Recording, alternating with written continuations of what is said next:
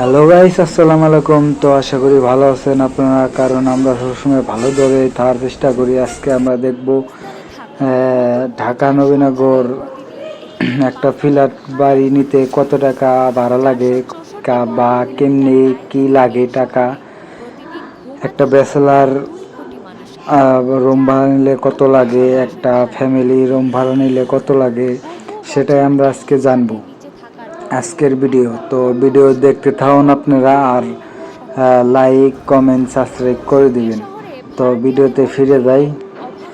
তো বন্ধুরা, আমরা শুরুতেই বলি, একটা ঢাকা শহরে রুম ভাড়া নিতে 5-6 হাজার টাকা লাগে। তো 5-6 হাজার টাকার মধ্যে রুম দেখেন আপনারা কীরকম রুম পাবেন।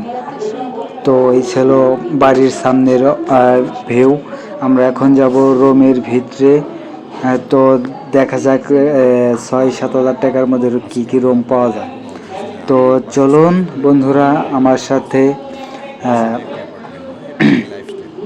তো ব্যাচেলার যারা থাকেন তাদেরকে বলছি, 5-6 হাজারের মধ্যে 4-5 জন 6 জন থাকা যায় এক রুমে।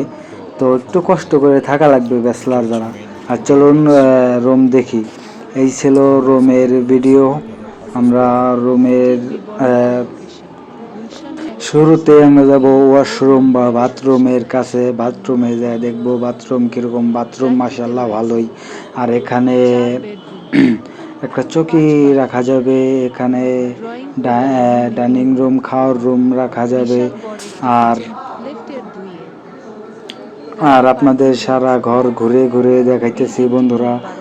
তো বন্ধুরা, একটা কথা না বললে নয়, আপনারা যারা যারা এখনও আমার ভিডিও দেখতেছেন তারা অবশ্যই লাইক কমেন্ট সাবস্ক্রাইব করে দিবেন। সাবস্ক্রাইব করে দিলে কি আমার ভিডিও আপনাদের ফোনে সবার আগে চলে যাবে, সবার আগে আপনারা আমার ভিডিও দেখতে পাবেন। সেই জন্য বলতেছি সাবস্ক্রাইব করে দিবেন। তো বন্ধুরা, আমরা বাথরুম দেখলাম, এখন যাব দ্বিতীয় ব্যালকনিতে ভিউটা মোটামুটি ভালোই। ব্যালকনিতে গেলাম, যাই এখন যাব ওয়াশরুমে।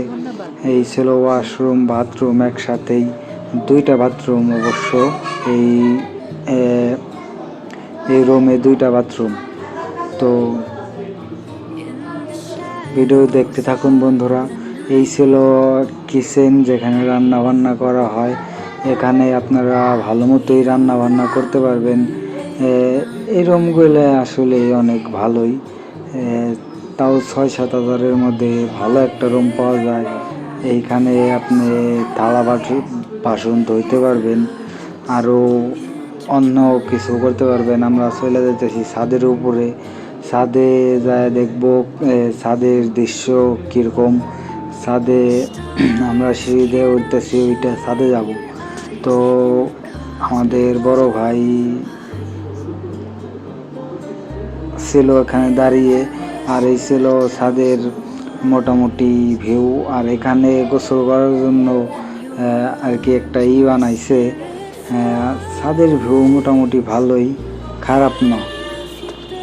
তো বন্ধুরা, দেখতে থাকুন ভিডিও।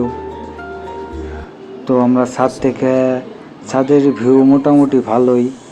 এখন যাব নিচে যায় দেখবো নিচের ভিউটা কীরকম। নিচের ভিউ মাশাআল্লাহ মোটামুটি আলহামদুলিল্লাহ ভালো, মোটামুটি সব মিলিয়ে ভালোই। তো বন্ধুরা, একটা কথা না বললে নয়। তো আজকের ভিডিও এই পর্যন্তই। টাটা, ভালো থাকবেন। হ্যাঁ, আর লাইক করে দিবেন।